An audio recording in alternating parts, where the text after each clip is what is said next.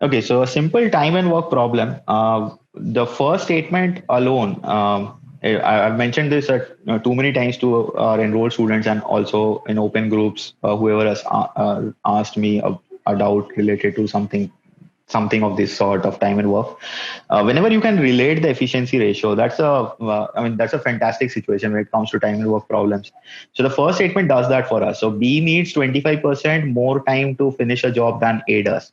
So as soon as you read this question, you know that the time ratio of A and B should be 4 is to 5, right? So that is what 25% more implies. So if A takes 4 units of time, then B takes 5 units of time.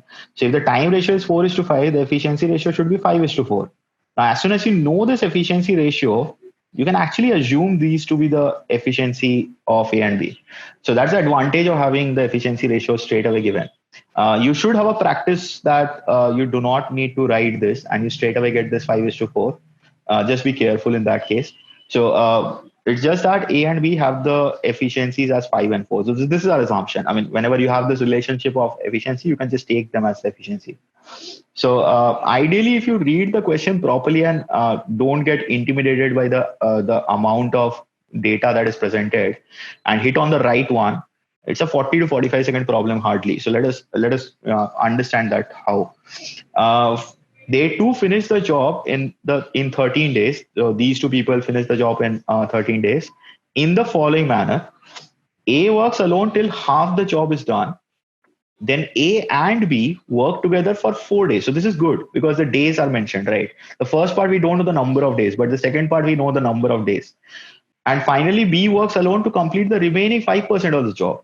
So these two information, the first part and the third part, so A works alone half the job, B works alone 5% of the job. So these two are good in a way that it tells us that in the first part and the last part combined, you are completing 55% of the job, right? Half the job is 50%, and this is 5%, so implying that you're completing 55% in the first and the third part. So in the second part, where you know the number of days, you are finishing 45% of the job, right?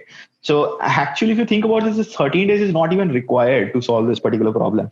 So that is what I said. I mean, hit on the correct data. So in this case, because I know that A and B are working, we already have our efficiencies as per assumption. We can calculate the total work depending on this particular efficiency values.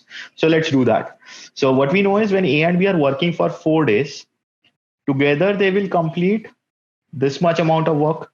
So A will complete 5 units per day. B completes 4 units per day. Together they complete 9 units per day. In 4 days they'll complete 36 units, right? So this 36 units should actually correspond to 45% of the total work, right? So 45% should correspond to 36 units. So I'll just show one in between step. So if you calculate these kind of things mentally in this way, it becomes easy. So 45% is 36, then 5% is 4 units, right? So 100% will be 80 units. So now you know the total work. So this should be the total work, right? And what is the question asking for? How much time will B alone take to finish the entire job, right? So the entire job is 80 units. And this 80 units we have obtained by taking these as the efficiency value. So we can work with the same efficiency value. So 80 units completed by B in 20 days. That's it. Option C is the answer. So as I said earlier, I mean, it's hardly a 40-45 second problem if you read the question properly. So it's very important that you don't get intimidated by, just the length of the question or a question being a little verbose in nature. Definitely a round one question. You should not miss out a question like this in your first scan. Do solve questions like these in the first scan, and that will always give you an edge. So that's it for this question. Hope you enjoyed the solution. Thank you.